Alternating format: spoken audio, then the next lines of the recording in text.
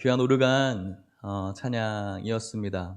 여러분, 그 오르가니스트의 그 독주를 듣는 그런 기회가 쉽지가 않습니다. 네, 아는데 저희 교회 우리 김정아 집사님 네 분이 한 2년 전에 등록해 주셔서 바로 이렇게 섬겨주시고 한데 1부도 오르간으로 섬겨주시고 또 2부도 오르간으로 섬겨주시는데 너무 체력적으로도 지치는 일이지만 제가 염려가 돼서 이렇게 해도 되겠어요? 라고 하지만 너무 기쁜 마음으로 감사와 기쁨으로 섬기고 싶다라고 저에게 말씀해 주셔서 저에게 늘 도전이 되는 그런 집사님 부부입니다.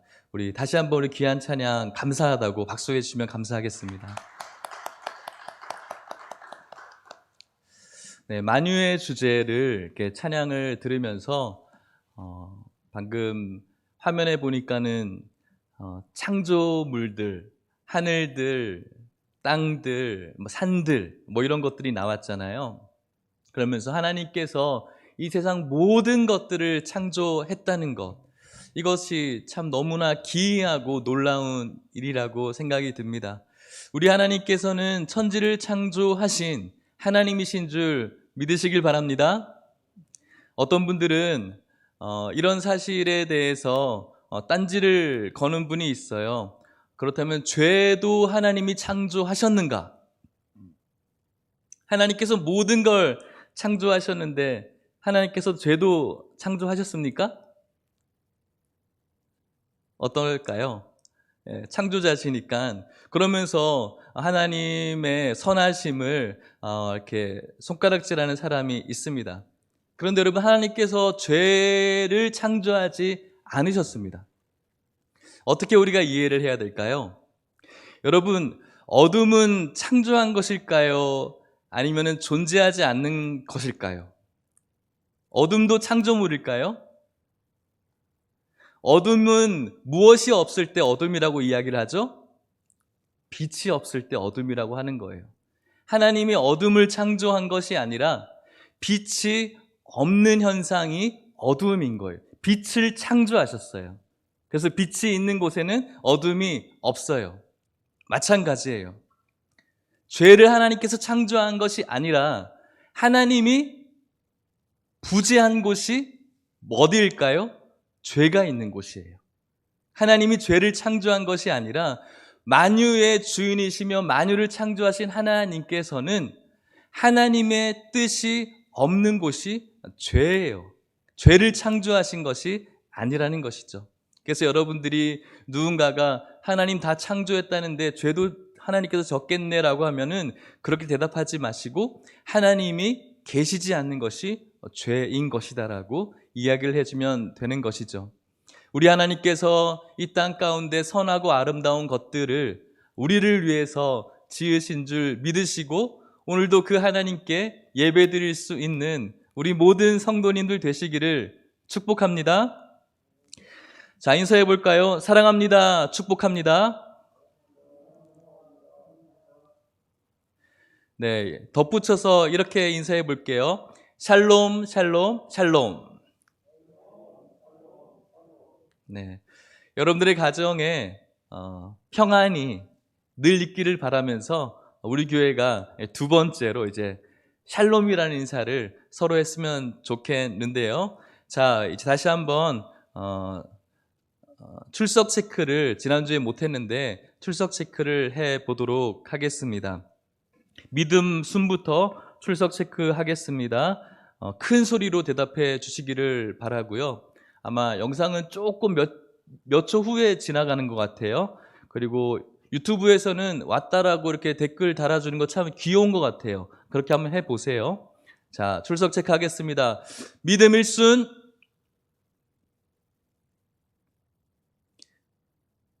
믿음 2순, 네, 저기 모동규 집사님 손 드시네요. 믿음 3순,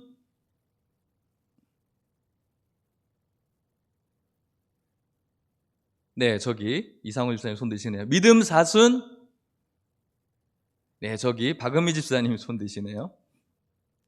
소망 1순,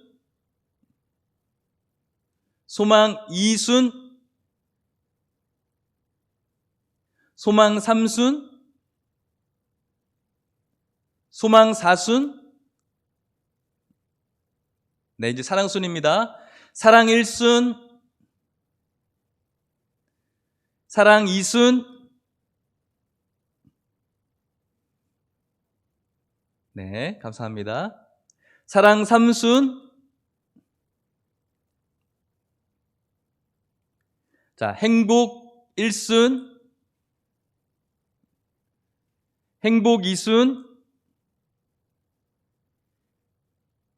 네, 행복 3순. 네, 저기 권범석, 이은영 권범석, 네, 부부. 네, 행복 4순. 네, 감사합니다. 저 위도 오셨고요. 네, 다 오신 것 같아요. 이제 함께 주님의 말씀으로 나아가면 되겠죠? 네, 감사합니다. 자, 사랑하는 여러분, 오늘날 저와 여러분들에게 귀한 말씀이 전해지는 이 시간, 저라는 연약한 사람은 뒤로 물러가고 예수님의 말씀만 여러분들께 남아서 하나님의 말씀이 여러분들을 인도해 나가기를 주님의 이름으로 축복합니다. 오늘 우리가 읽은 마태복음의 이 말씀은 예수님께서 산상수훈으로 우리들에게 주신 귀한 말씀입니다. 예수님께서 사람들과 함께, 무리들과 함께 산에서 하나님의 나라에 대해서 말씀을 해 주셨죠. 예수님을 바라보는 바리새인들의 입장은 저 예수라는 사람이 율법을 파괴하는 사람인 것 같아라고 이야기를 하는 것이죠. 왜 그러냐면은 유대인들, 바리새인들은 이 안식일에 대해서 철저하게 지키는 사람이었는데, 예수님 같은 경우에는 유대인들이 그렇게 중요하게 생각했던 안식일날 사람들을 고쳐주기도 하면서 일을 한단 말이죠. 그러니까 율법에 위배되는 일들을 계속 하고 있는 거예요. 그러니까는 그 바리새인들이 예수님을 향해서 율법의 어떤 파괴자 같은 사람으로 보는 것이죠. 그런데 마태복음에 보면은 예수님께서는 율법을 폐하러 온 것이 아니라 어떻게 하러 왔다고요? 완성시키러 왔다라고 말씀을 하시죠. 예수님께서는 율법을 폐하러 온 것이 아니라 완성하러 오시는 분입니다. 그것을 산상수훈을 통해서 조금 더 가깝게 우리들에게 이야기를 해주고 있는 것이죠. 오늘 우리는 그 이야기의 거의 마지막 주제를 다루기는 하지만 그 전에 율법에 대해서 예수님께서는 이렇게 지켜야 된다라고 이야기하면서 살인하는 것, 또 사람들에게 돈을 빌리는 것, 간음하는 것, 이혼하는 것, 또 맹세하는 그런 율법에 대해서 하나하나씩 무너뜨리면서 그렇게 외식적으로 하는 것이 아니다라고 가르쳐 주고 오늘 우리들의 말씀을 지금 이야기해 주는데, 오늘 우리가 읽은 마태복음 5장 43절에서 48절의 내용은 그 율법의 마지막 부분이라고, 결론적인 부분이라고 할 수가 있어서 저와 여러분들이 이 시기에 꼭 나누었으면 좋겠다라는 말씀이 드는 것입니다. 그렇다면 예수님께서 마지막 주제로 하신 이 말씀의 시작을 다시 한번 같이 읽어봤으면 좋겠는데요. 마태복음 5장 43절, 44절 말씀을 같이 읽어보도록 하겠습니다. 시작. 또 내 이웃을 사랑하고 내 원수를 미워하라 하였다는 것을 너희가 들었으나 나는 너희에게 이르노니 너희 원수를 사랑하며 너희를 박해하는 자를 위하여 기도하라. 아멘. 내 이웃을 사랑하고 너의 원수를 미워하라는 것을 예수님께서 들으셨대요. 그러니까 이런 율법이 있었다라는 것이죠. 너희들은 지금까지 너의 이웃을 사랑하고 원수를 미워하라는 그런 율법을 지키고 살았지만 그렇게 하면 안 된다라는 거예요. 그런데 여러분, 성경에 혹시 내 원수를 미워하라는 그런 글을 본 적이 있어요? 구약에? 있으시면 다른 성경을 보고 계신 거겠죠? 구약에는 내 이웃을 미워하라는 그런 율법이 없어요. 율법에도 너의 이웃을 미워하라는 그런 율법은 없어요. 아마도 내 이웃을 사랑하라는 그 말씀과 또 내 이웃을 미워하라는 그 말씀은 유대인들에게 하나의 어떤 전통이 되어서 하나님께서 주신 그 율법 외에도 유대인들이 그 율법의 곁가지로 만든 생동 지침들이 굉장히 많이 있었어요. 그 중에 그들이 지켰던 하나였던 것 같아요. 우리들의 이웃 누구일까요? 그들에게 대해서 그들에게 있어서 그들의 이웃은 누구를 가리키는 걸까요? 유대인들을 가리키는 거예요. 그리고 유대인 아닌 사람들이 누구일까요? 이웃이 아닌 거죠. 이웃을 원수인 거죠. 모든 사람들이. 그래서 그 원수를 미워하라고 가르치는 겁니다. 그런데 예수님께서는 그렇게 이야기하시지 않습니다. 내가 너희에게 이르노니 너희 원수를 사랑해야 되고 너희를 박해하는 자들을 위해서 어떻게 하라고요? 기도해 줘야 된다라고 말씀하는 것이죠. 너희들이 지금까지 가지고 있었던 그 율법적인 사고는 너희들의 이웃은 사랑해야 되고 너희들의 원수는 미워해야 되는 것이 너희들이 알고 있는 가지고 있는 율법이자 신념이겠지만 그게 아니다. 진정한 율법은 내 원수를 사랑하라는 것이다. 그리고 너희를 박해하는 자들을 위해서 어떻게 하라고요? 기도해 주는 것이죠. 사랑하는 성도 여러분, 제가 예전에도 한번 예화로 이야기해 드린 적이 있는데 저도 누군가를 다 좋아했으면 좋겠지만 살면서 어떻게 좋은 사람들만 만날 수가 있었겠어요? 제가 청소년 중등부 아이들을 가르치던 시절이었어요. 중등부 아이들 참 귀여워요. 말도 안 듣고 참 귀여운데 이제 6학년을 마치고 갓 들어온 중학교 1학년 아이 남자애가 있었어요. 그 남자애가 저를 보면은 얼마나 못살게 구는지 제일 못살게 굴었던 첫 번째 이유는 저를 굉장히 못생겼다라고 막 이렇게 약 올리는 거예요. 그래서 개그맨 못생긴 어떤 개그맨 이름을 들면서 상상하지 마세요. 누군지 상상하지 마시고 맨날 그 사람 닮았다고 저한테 막 이렇게 약 올리기도 하고 어떨 때는 막 저한테 반말도 하기도 하고 막 그랬어요. 청소년 사역자니까 제가 청소년 아이들을 사랑해야 되잖아요. 근데 제 마음에 드는 생각이 뭐냐면은 쟤 좀 교회 안 나왔으면 좋겠다라는 거였어요. 그래서 하나님 쟤 좀 교회 안 나오면 안 될까요? 그래서 매 주마다 걔 때문에 막 스트레스 쌓이고 진짜 누가 보지 않는 데서 좀 한 대 팼으면 좋겠다라는 생각이 제 마음에 드니까 성도를 사랑해야 되는데 우리 아이들을 참 사랑해야 되는데 쟤를 좀 안 나왔으면 좋겠다라는 생각이 드는 거예요. 저한테는 진짜 원수였어요. 근데 그때 하나님께서 저해 주는 생각이 너 걔를 위해서 기도해 봤어? 이렇게 묻는 것 같았어요. 그래서 아차 싶었던 거죠. 그래서 기도했어요. 저는 싫은데 그 아이를 제가 좋아하는 것도 싫고 그냥 싫어요. 다 걔하고 가까워지는 자체가 싫었어요. 그럼에도 불구하고 어렵지만은 그냥 기도했어요. 하나님께서 하라고 하시는 것 같아서. 그래서 기도했고 꽤 오랜 시간 기도를 했는데 놀라운 일이 벌어진 거죠. 그 아이의 행동이 하나도 변하지 않았어요.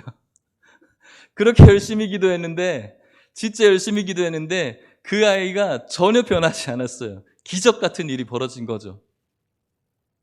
그런데 놀라운 일이 벌어졌어요. 제가 변하기 시작했어요. 그 아이는 변한 것이 하나도 없는데 제가 변했어요. 그 아이가 미운정인지 모르겠는데 좀 정들기 시작했어요. 이뻐 보이더라고요. 조금씩. 제가 그 아이를 위해서 기도해서 그랬던 것 같아요. 너무나 싫은 행동이었고 미운 행동이었는데 그 아이를 좋아하게 되어지고 이뻐 보이기 시작하면서 그 아이의 관계가 조금씩 호전되어지고 관계가 좋아지고 나중에는 참 저를 잘 따르는 그런 아이가 되어져 가는 것을 느끼게 되는 것이죠. 놀라운 깨달음이었어요. 원수를 사랑하라. 나를 박해하는 자를 위해서 기도하라. 놀라운 일이 벌어질 것이다. 그 사람이 변할 것 같았는데 놀라운 일이었죠. 하나님께서는 정말로 놀라운 일을 시켰어요. 제가 변하도록 만들어 주시는 것이죠. 참 저에게 있어서 원수가 나에게 주는 유익이었던 것 같아요. 사랑하는 여러분, 여러분들에게 원수가 있으시다면 힘든 일이에요. 힘든 일이지만 그래도 성경에는 원수들이 주는 유익들이 있어요. 여러분들이 잘 아시는 다윗에게 원수는 누구였을까요? 사울이었겠죠. 하나님의 마음에 합한 자 다윗이었지만 사울처럼 처음부터 사울도 처음에는 굉장히 겸손한 사람이었죠. 나는 너무나 보잘것없는 사람이 왕이 돼서 되겠냐라고 했지만 사람들의 환호를 받고 왕이 되었을 때 그때부터 하나님이 제일 싫어하시는 교만이 들어가기 시작했어요. 그리고 난 다음에 하나님이 싫어하는 짓을 골라 하기 시작하는 것이죠. 다윗은 하나님의 마음에 합한 자라고 이야기했어요. 그럼에도 불구하고 그 길이 평탄하지 않았어요. 사울이라는 원수가 있었어요. 그 원수가 다윗을 계속해서 쫓아다니면서 죽이려고 할 때 너무나 큰 고통을 받았지만 저는 그렇게 생각해요. 그 사울로 인해서 다윗이라는 그 원석이 깎여져 가는 시간이 되었다라고 확신해요. 처음부터 사람들에게 환호를 받고 환영을 받았다면 다윗 역시도 인간이기 때문에 혹 다른 일이 벌어졌을지도 모를 것 같아요. 그래서 사울이라는 원수가 주는 유익이 다윗에게 분명히 있었다라는 생각이 들어요. 요셉도 마찬가지예요. 요셉에게 있어서 가장 큰 처절한 불행을 가져다 준 사람이 누구였나요? 형들이었죠. 형들이 요셉을 죽이려고 큰 그 웅덩이에다가 빠뜨렸잖아요. 그 성경을 보시면 굉장히 형들이 잔인한 짓을 했어요. 그 깊은 그 습한 웅덩이에 빠뜨려 놓고서는 형들을 위해서 음식을 먹었어요. 거의 옛날에 그 지존파 같은 끔찍한 사람들인 것이죠. 원수였어요. 하지만 요셉을 그렇게 공경에 빠뜨렸던 원수였지만 결국은 그렇게 공경에 빠짐으로 인하여서 어떤 일이 벌어졌습니까? 애굽으로 팔려가게 됐죠. 거기서도 원수를 만났어요. 보디발의 아내라는 원수를 만났죠. 그래서 감옥에 갇히게 되었어요. 언제 그 감옥에서 나올지는 아무도 몰랐어요. 그럼에도 불구하고 그 원수를 만남을 통해서 결국은 어떻게 됐습니까? 애굽이라는 그 당시의 초강대국의 총리가 되었던 것이죠. 원수가 주는 유익이 있어요. 하지만 그 원수 자체가 주는 유익이 아니라 그 원수를 만나게 되었을 때 누구와 같이 했죠? 하나님과 같이 했어요. 그때 그 원수가 나에게 유익이 되는 거예요. 여러분들에게도 원수가 있어요. 여러분들 힘들게 하고 어려워하고 저 사람만큼은 내가 가까이 하기 싫다라고 하는 사람이 분명히 있어요. 하지만 그 사람이 여러분들에게 유익이 돼요. 그 사람 자체가 여러분들에게 유익이 되는 것이 아니라 그 사람을 위해서 그 사람을 사랑하고 그 박해하는 자를 위해서 기도할 때 어떻게 될까요? 여러분들에게 유익이 되는 거예요. 믿으십니까?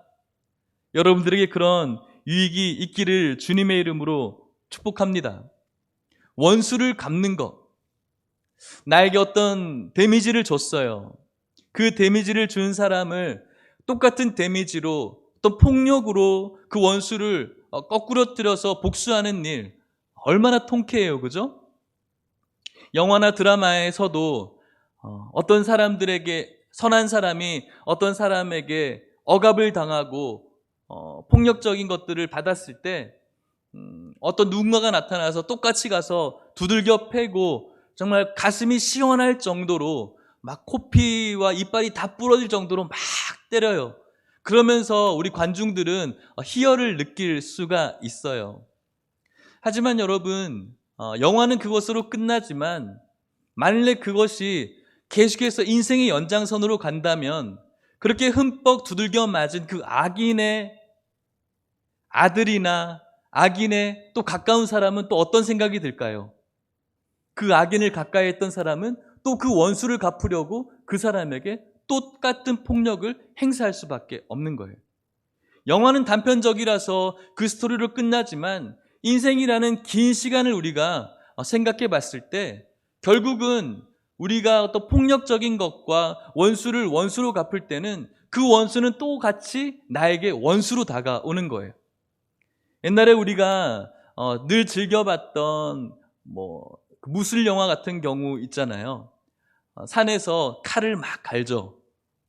왜 갈죠? 나의 아버지의 원수를 갚기 위해서 10년간 칼을 갈았다 하면서 딱 나타나잖아요. 마찬가지예요. 그 악인은 누군가에게는 또 선인이에요. 그 악인의 원수를 갚기 위해서 그 칼로 원수를 찌르게 되면 결국은 그 악인의 또 누군가로 인하여서 그 칼을 또 누군가는 맞게 돼요. 나의 가장 사랑하는 사람이.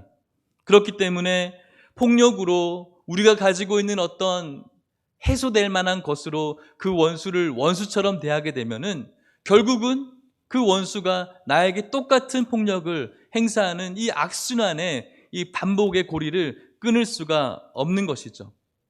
계속해서 이 보복의 악순환이 되는 것입니다. 그리고 이 원수를 악으로 갚으려고 할 때 우리는 착한 사람일지 모르겠지만 그 원수를 악으로 갚으려고 할 때 어떤 일이 벌어질까요? 우리들 마음속에 악이 들어오는 거예요. 하나님께서 싫어하는 것이죠.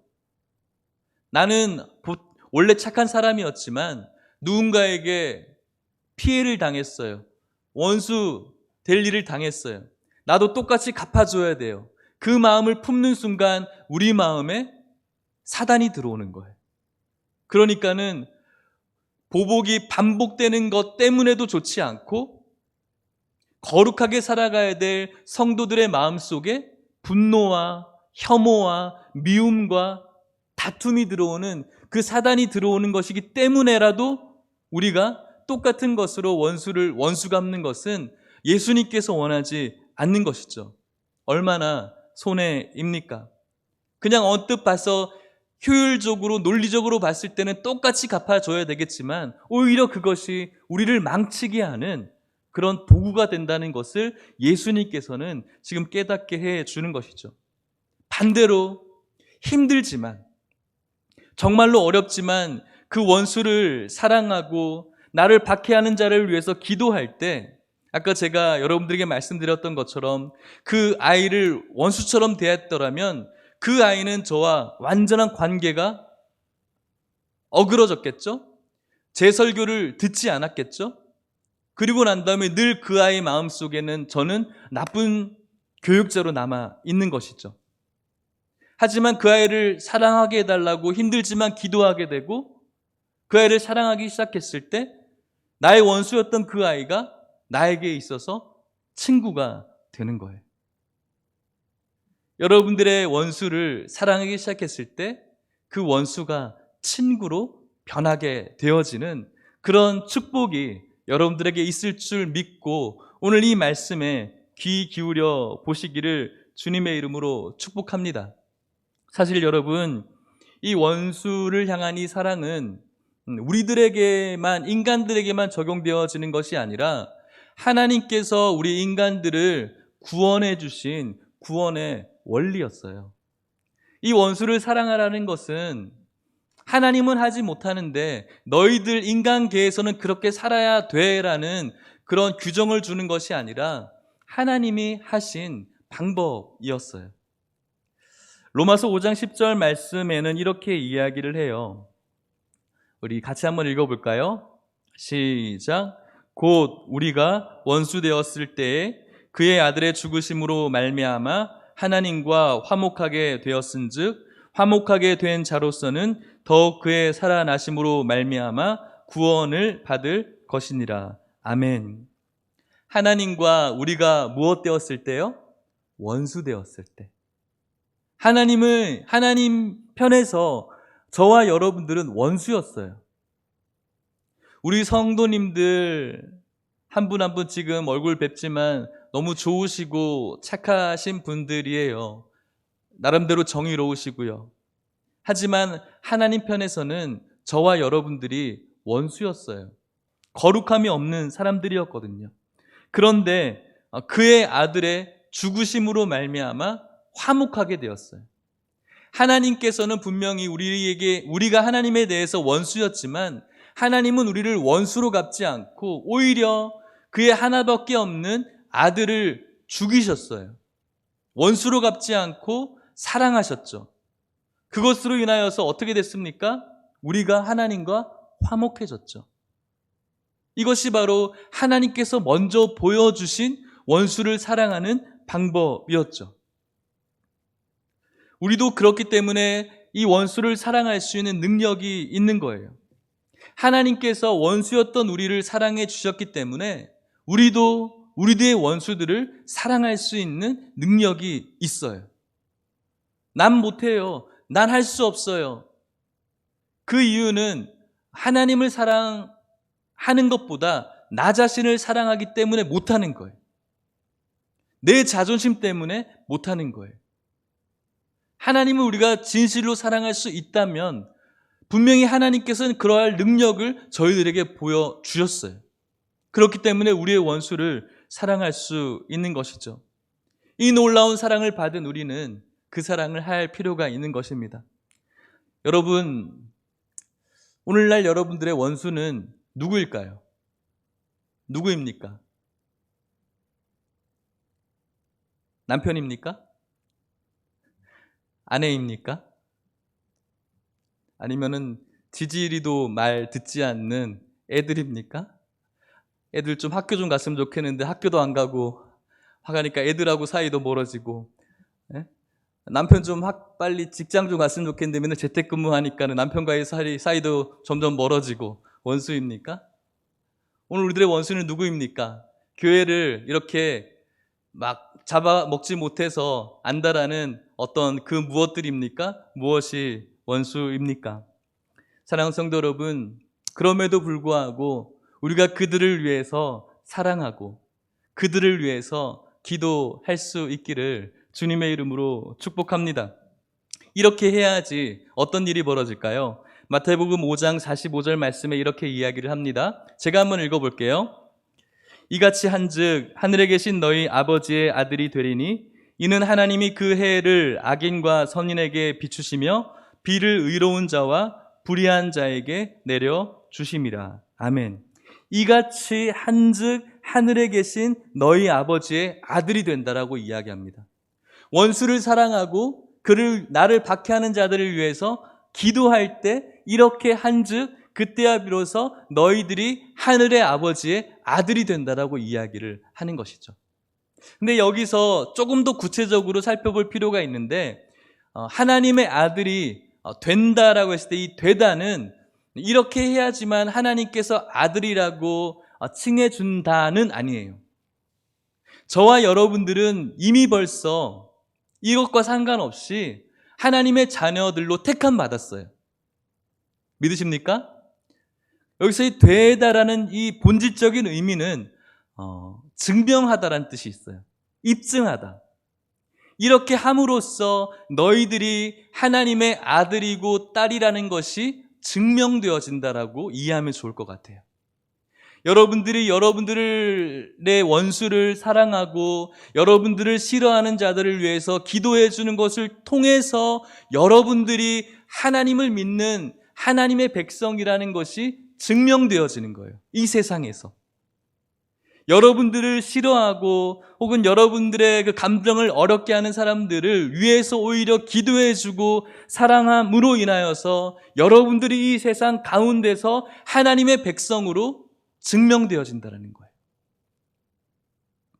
우리 것만 좋고 교회 안에서 우리끼리만 즐겁고 교회 안에서 우리끼리 식사하면서 교제하고 이것으로 우리가 하나님의 백성임이 증명되어지는 것이 아니라 여러분들이 살아가는 모든 삶의 처소에서 만나는 여러분들의 감정을 어렵게 하는 사람들 뿐만 아니라 여러분들을 만나는 직장의 동료들, 여러분들이 만나게 되는 길가의 어떤 사람들, 여러분들이 만나게 되는 버스를 운전하시는 분들, 또 지하철에서 만나게 되는 어르신들, 또 우리 산책하면서 지나다니는 우리 아이들, 만나는 모든 사람들에게 그들을 위해서 사랑하고 그들을 위해서 기도해 주는 그런 모습을 통해서 여러분들이 그 처소에서 하나님의 백성으로 증명되어지는 거예요. 이해하시겠어요? 그것이 바로 빛과 소금의 역할을 감당하는 그리스도인들이라고 이야기를 하는 것입니다. 그런데 그렇지 않다라는 거예요, 유대인들은. 오직 유대인들, 그들의 형제라고 생각하는 유대인들만 사랑하는 거예요. 그런데 예수님께서 이렇게 이야기를 해요. 마태복음 5장 46절, 47절 말씀인데요. 또 같이 한번 읽어볼게요. 시작. 너희가 너희를 사랑하는 자를 사랑하면 무슨 상이 있으리요? 세리도 이같이 아니하느냐? 또 너희가 너희 형제에게만 무난하면 남보다 더하는 것이 무엇이냐? 이방인들도 이같이 아니하느냐? 아멘. 여러분들 나 사랑 많아요 라고 이야기를 하지만 내가 좋아하는 사람들에게 마음껏 퍼주는 것, 세리도 그렇게 한다는 거예요. 이 당시에 세리라는 사람은 유대계에 있어서 굉장히 멸시받는, 손가락질 받는 사람이었는데 세리도 이런 사랑할 수 있다고. 내가 좋아하는 사람, 내가 마음에 드는 사람만 사랑하고 관심 갖는 것, 그런 건 누구나 할 수 있다라는 거예요. 굉장히 저급한 사랑이라는 거예요. 그레이드가 낮은 사랑이라는 것이죠. 그리고 너희 형제에게만 무난하면, 이들의 형제의 개념이 무엇이었다고요? 유대인들이 그들의 형제였어요. 그러니까 유대인 아닌 다른 이방인들에게는 인사도 하지 않았다라는 것이죠. 이스라엘 성지순례 가보시면 알겠지만 그 랍비라고 하는 사람들, 선생이라고 하는 사람들이 막 우르르 왔다 갔다 하는 사람들이 있어요. 얼마나 교만한지 다른 어떤 이방인들하고는 대화도 안 섞으려고 해요. 그러니까 그들은 이방인들에게 있어서는 철저히 외인이에요. 그들 형제들끼리만 서로 샬롬, 샬롬이라고 이야기를 하죠. 근데 이방인들에게는 그렇게 인사하지 않아요. 그걸 이야기하는 것이죠. 너희 형제에게만 샬롬하면 남보다 더 잘하는 것이 무엇이냐라고. 이방인들도 그렇게 한다라고 이야기를 하는 것이죠. 그렇기 때문에 다 샬롬이라고 이야기할 수 있어야 되는 것이죠. 이렇게 하는 것, 결정적으로 이야기하는 결론입니다. 마태복음 5장 48절 말씀입니다. 같이 한번 읽도록 하겠습니다. 시작. 그러므로 하늘에 계신 너희 아버지의 온전하심과 같이 너희도 온전하라.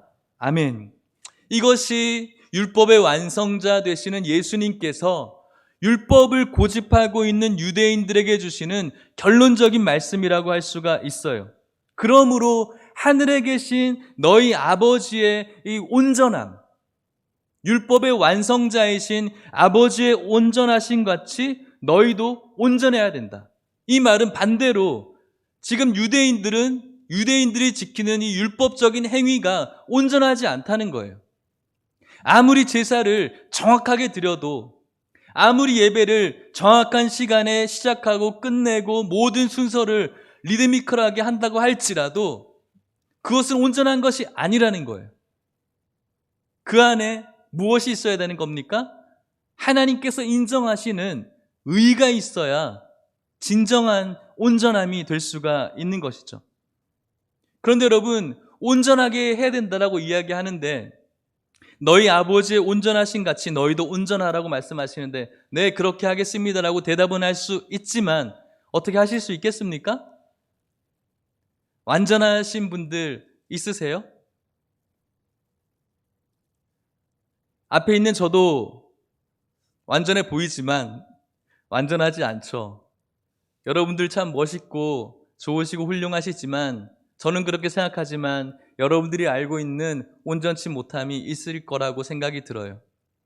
성경에서 당대 의인이라고 이야기했던 노아나 욥이나 하나님의 마음에 합한 자였던 다윗 역시도 성경은 그들에게 온전함이라고 이야기했지만 여러분들이 알고 있는 그들의 구린 부분들이 분명히 있었어요. 알고 계시죠? 그렇다면은 하나님 앞에 온전함이 무엇인가? 우리들이 생각하는 어떤 도덕적인 어떤 지수에 대한 온전함이 아닌 거예요. 그것은 바로 완전하신 하나님과 관계를 맺는 자를 이야기하는 거예요. 나는 온전하지 못해요. 퍼펙트할 수가 없어요. 하지만 완전하신 하나님과 관계를 맺음으로써 그분의 은혜 안에 머물게 되었을 때 비로소 우리는 온전한 자가 되는 것이죠. 유대인들은 그렇지 않았어요. 하나님의 이름은 불렀지만 그들 마음속에는 하나님이 없었어요. 하나님과 관계 맺지 못한 자였죠. 저와 여러분들이 온전해질 수 있는 가능성은 오직 온전하신 하나님과의 관계가 회복되어지고 그 관계 안에 머물러 있을 때 우리가 온전하게 되는 거예요. 어떤 성도를 보면서 저 성도는 예배도 똑바로 잘 안 드리고 저 성도는 성경도 잘 보지 않고 기도도 열심히 하지 않고 그런 행위로 우리가 그들의 온전함을 판단할 수 없어요. 온전함은 오직 그 사람이 하나님과의 관계가 어떤 것인가에 대해서 우리가 볼 수 있어야 되는데 그것은 누가 알고 있습니까? 하나님만이 알고 계세요. 저 사람 믿음이 좋아, 믿음이 좋지 않아, 그것조차도 우리가 판단할 수 없어요. 그것은 오직 하나님과의 관계 안에 머물러 있는 하나님만이 판단할 수 있는 것이죠. 어떤 외적인 부분을 가지고 우리가 그것을 판단해서도 안 되는 것이에요.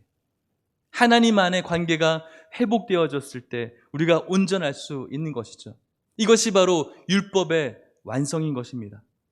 사랑하는 성도 여러분, 오늘 이 말씀 속에서 여러분들이 주님이 주시는 깨달은 바가 있기를 주님의 이름으로 축복합니다. 원수를 사랑하라. 박해하는 자들을 위해서 기도하라. 결론적으로 하나님께서 온전한 같이 너희도 온전하라. 오늘 여러분들이 살아가는 모든 신앙생활 속에서 겉모습과 외식적인 것이 아니라 하나님을 사랑을 받은 사람으로서 다른 사람들을 사랑할 수 있고 하나님과의 관계가 늘 원활하고 하나님과의 관계가 늘 뜨거운 상태로 있으면서 그 은혜 안에 머물고 온전한 자 되어져 가시기를 주님의 이름으로 간절히 축복합니다. 말씀을 마치려고 합니다. 오늘 예수님께서는 율법의 완성자로서 우리들에게 이야기를 하고 있는데 많은 그 앞에의 주제를 이야기하시면서 율법의 주제를 이야기하시면서 맨 마지막에 원수를 사랑하라고 이야기를 했어요. 저는 이것은 굉장히 중요한 의미가 있다고 생각이 들어요. 왜요? 율법의 하이라이트, 율법의 완성은 결국 어디에 있기 때문에 그럴까요? 사랑에 있기 때문에 그런 거예요. 예수님께서 말씀하신 율법의 완성자로서 맨 마지막에 이 원수를 사랑하라고 이야기하는 것은 율법의 완성은 우리 안에 사랑이 있기 때문에 그런 것이죠. 이 사랑은 남녀 간의 사랑이 아니고요. 우정과 같은 사랑도 아니고 하나님이 우리에게 주신 십자가의 사랑을 이야기하는 거예요. 이 사랑 안에 머물 때 우리가 그때야 비로소 율법의 완성자로 하나님께서 인정하시는 의의를 가진 사람으로서 살아갈 수가 있는 것입니다. 최근에 읽었던 어떤 이야기를 여러분들에게 소개해드리고 싶어요. 외국 이야기인데 잘 들어보세요. 폴이라고 하는 사람이 있었어요. 폴이라고 하는 한 회사원이 뉴욕에서 중요한 미팅을 마치고 자기 팀 동료와 함께 공항으로 비행기를 타려고 갔어요. 그런데 그날이 금요일 오후였기 때문에 사람들이 굉장히 많은 저녁 시간이어서 교통체증이 굉장히 심했죠. 택시 잡는 것조차도 거의 불가능한 상태였습니다. 그런데 정말 기적적으로 빈 택시 하나가 그들을 향해서 다가오고 있었어요. 이 택시를 보는 순간 다른 동료들이 손살같이 달려가서 그 택시를 잡아뒀어요. 그런데 문제가 하나 발생했어요. 너무 빨리 달려가는 바람에 바로 길가에서 노점상을 하고 있는 그 야채와 과일 박스를 차버리게 된 거예요. 그러자 과일과 야채가 다 이렇게 허물어뜨려졌죠.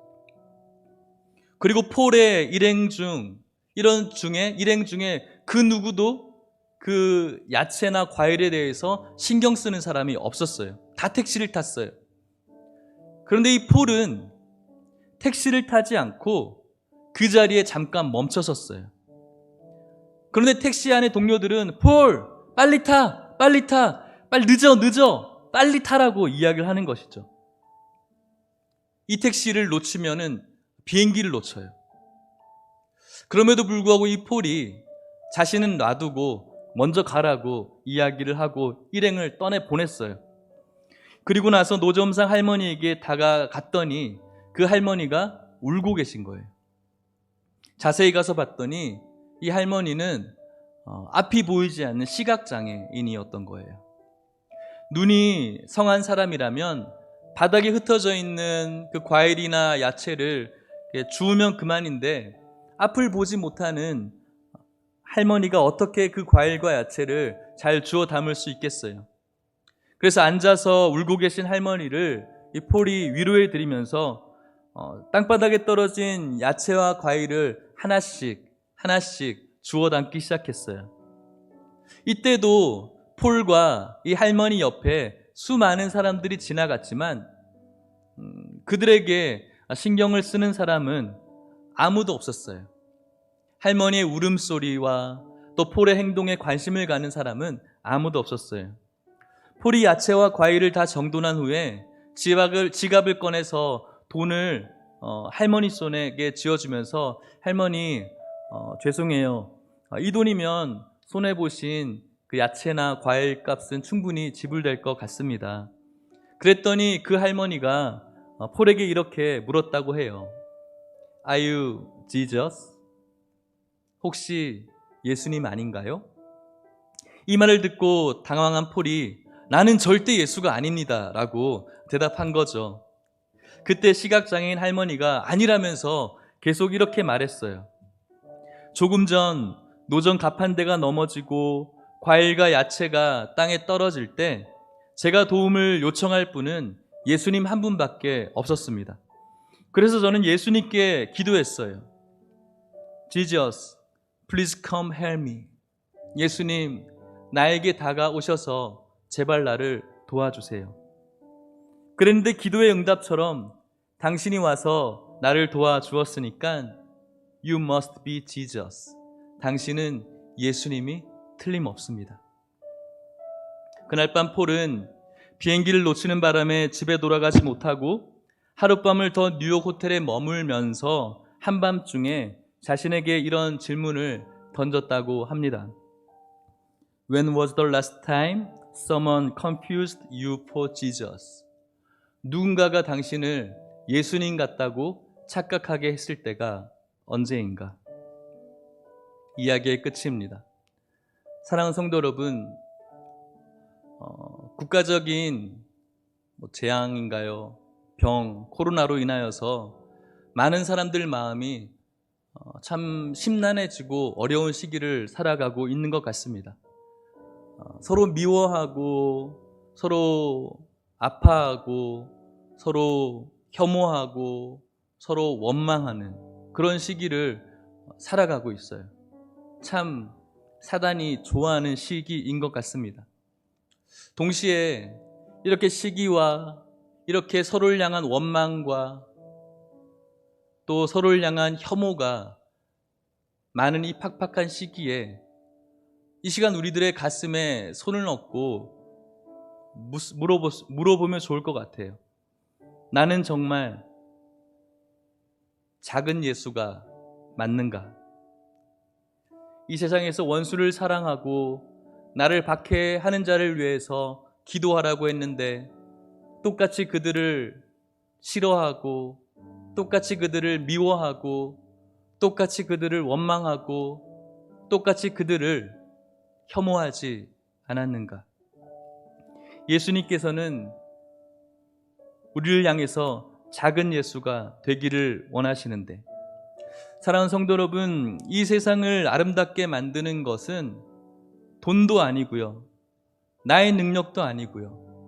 여러분들의 재능도 아니고 이 세상을 아름답게 만들 수 있는 것은 저와 여러분들이 이 세상에서 원수를 사랑하고 나를 박해하는 자들을 위해서 기도하는 작은 예수가 되었을 때 이 세상을 아름답게 만들 수 있는 줄 믿습니다. 나의 필요보다는 다른 사람들의 필요를 먼저 생각하고 기꺼이 양보할 수 있다면 크진 않지만 저와 여러분들이 작은 예수가 되는 것이죠. 만일 저와 여러분들이 예수님처럼 원수를 사랑할 수 있다면, 저와 여러분들이 우리의 이웃을 사랑할 수 있다면, 만일 저와 여러분들이 예수님처럼 나를 희생함으로 누군가를 세워주고 누군가를 살려줄 수만 있다면 분명히 여러분들 한 사람을 통해서 이 세상은 충분히 아름다워질 것이 분명할 줄 믿습니다. 여러분들을 향해서 이렇게 다시 한번 물어보십시오. When was the last time someone confused you for Jesus? 누군가가 당신을 예수님 같다고 착각하게 했을 때가 언제인가? 여러분들을 향해서 당신은 예수님 아니세요? 라고 착각할 때가 있으셨습니까? 다른 누군가가 여러분들을 향해서 정말 예수님 아니에요? 라고 이렇게 물을 때가 있으셨습니까?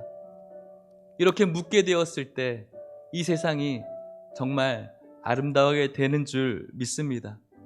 오늘 성경에서 하나님의 이처럼 하면 하나님의 아들이 된다라고 이야기를 했어요. 하나님의 아들이 무엇입니까? 하나님 아버지의 아들이 누구입니까? 하나님 아버지를 닮은 사람이 하나님 아버지의 아들이겠죠. 그분의 속성을 담는 거예요.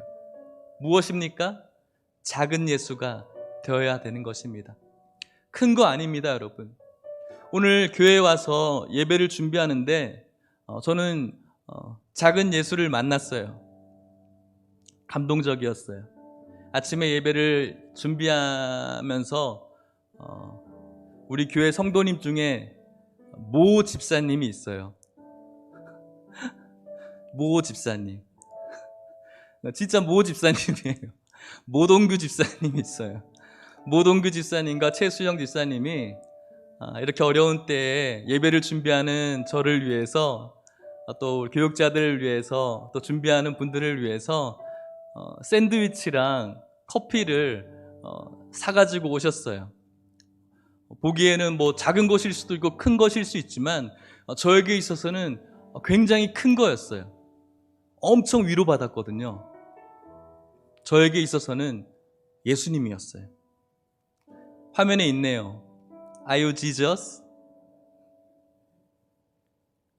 이렇게 실명을 이야기하면 나는 안 해, 뭐 이렇게 하는 사람도 있겠지만 그런 마음 갖지 마세요. 사단이 주는 거예요. 조그만 것 하나가 예수님께서 우리에게 주시는 그런 마음이에요. 지난주도 말씀했죠? 돌보아 주는 것, 서로를 돌보아 주는 것. 저는 이런 작은 운동이 Are you Jesus? 예수님 아니세요? 라고 물을 수 있는 좋은 운동이라고 생각이 들어요. 저 사람은 했으니까 나는 저 사람 따라하지 않아. 그게 아니라 그 사람의 이 작은 것들이 지난주 말씀처럼 선행을 격려하는 거예요. 선행을 자극시키는 거예요. 나도 사랑해야지. 나도 사랑해야지. 더 넘어서, 그 벽을 넘어서 원수까지도 사랑하고 나를 싫어하는 사람들을 위해서 기도하는 것까지 나아가는 것이 작은 예수가 되는 것입니다. 다시 한번 묻습니다. 누군가가 당신을 예수님 같다고 착각하게 했을 때가 언제인가? Are you Jesus? 작은 예수. 그런 사람이 저와 여러분들이 되시기를 주님의 이름으로 간절히 축복합니다. 저와 여러분들이 작은 예수가 되어서, 하나가 되어서 아름다운 하나님을 노래하는 그런 삶을 살았을 때, 그때야 비로소 이 세상이 아름답게 변하게 될 줄 믿습니다. 미움과 혐오와 원망의 시대 가운데 여러분들의 삶의 처소에서 작은 예수가 되어서 이 세상을 아름답게 만들어 가시기를 주님의 이름으로 축복합니다. 우리 같이 찬양하고 기도했으면 좋겠습니다.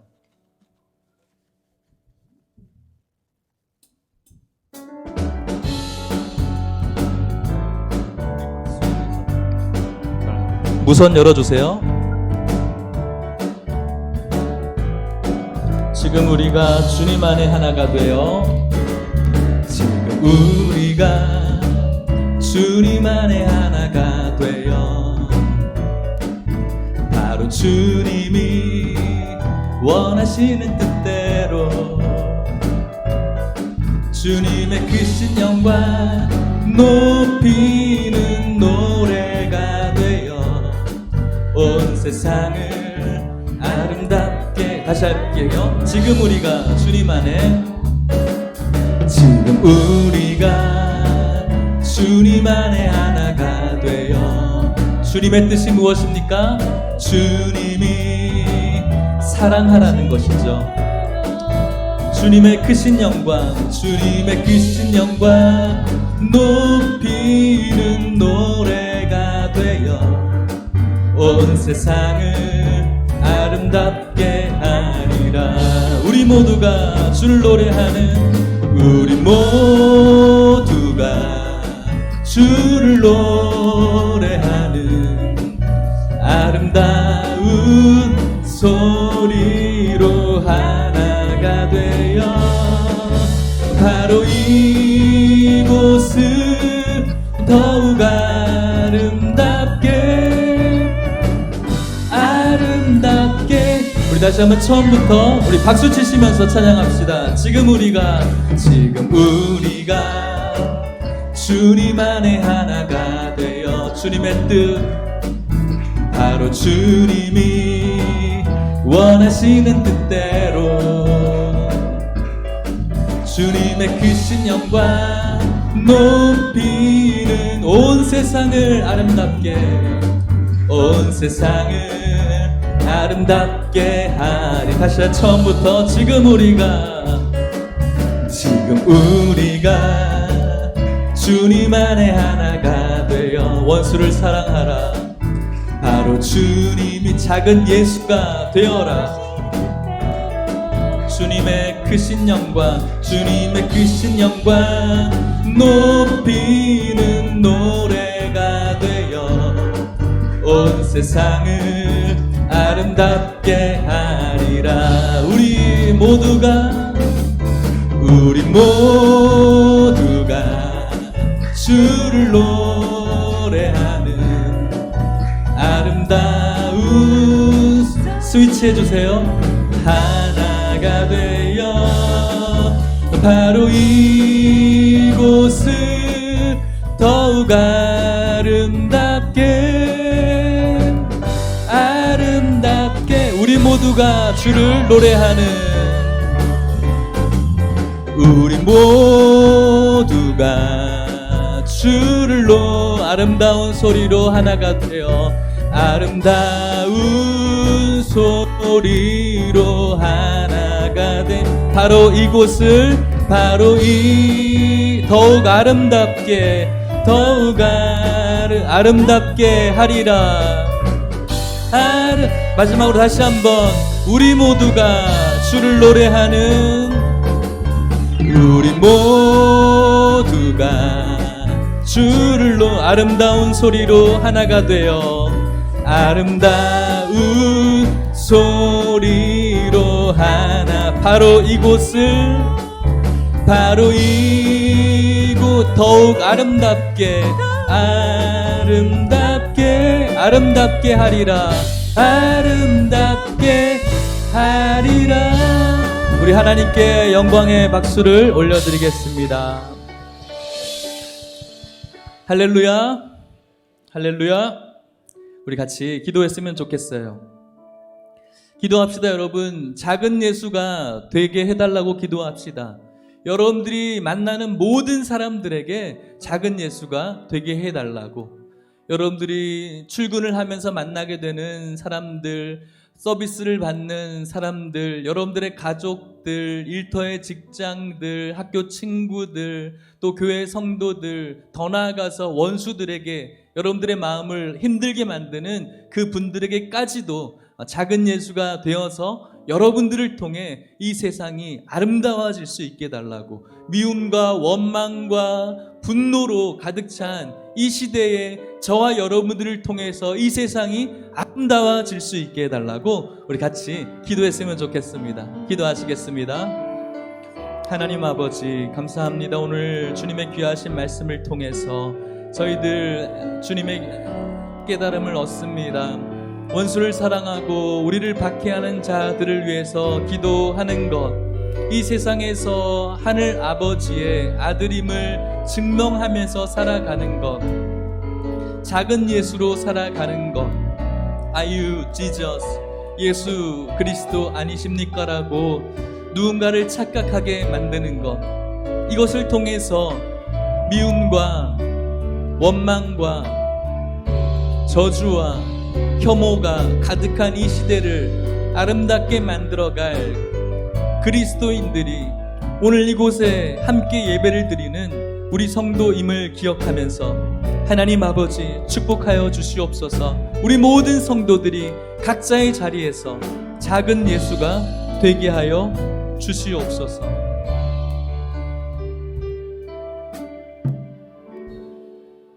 참 좋으신 하나님 아버지, 원수였던 저희들을 화목하게 해주셔서 하나밖에 없는 아들을 희생시키셔서 화목하게 해주심으로 주님의 은혜 가운데 걸어가게 하여 주시니 감사합니다. 하나님, 이 시대를 바라봅니다. 각종의 문제들로 인하여서 서로 미워하고 원망하고 저주하고 혐오하는 이 시기에 저희들 그 시대에 몸담아 똑같이 흘러가지 않게 하시고 각자의 처소에서, 가정에서, 일터에서, 학교에서 또 부딪히는 모든 순간순간 속에서 세상 사람들을 사랑하고 그들을 위해서 기도해주고 그들을 위해서 희생할 수 있는 작은 예수로 살아가게 하여 주시옵소서. 이런 마음을 가지고 이 세상을 아름답게 만들어가는 자들이 오늘 예배를 드리고 있는 우리 모든 성도님들 될 수 있도록 축복하여 주시옵소서.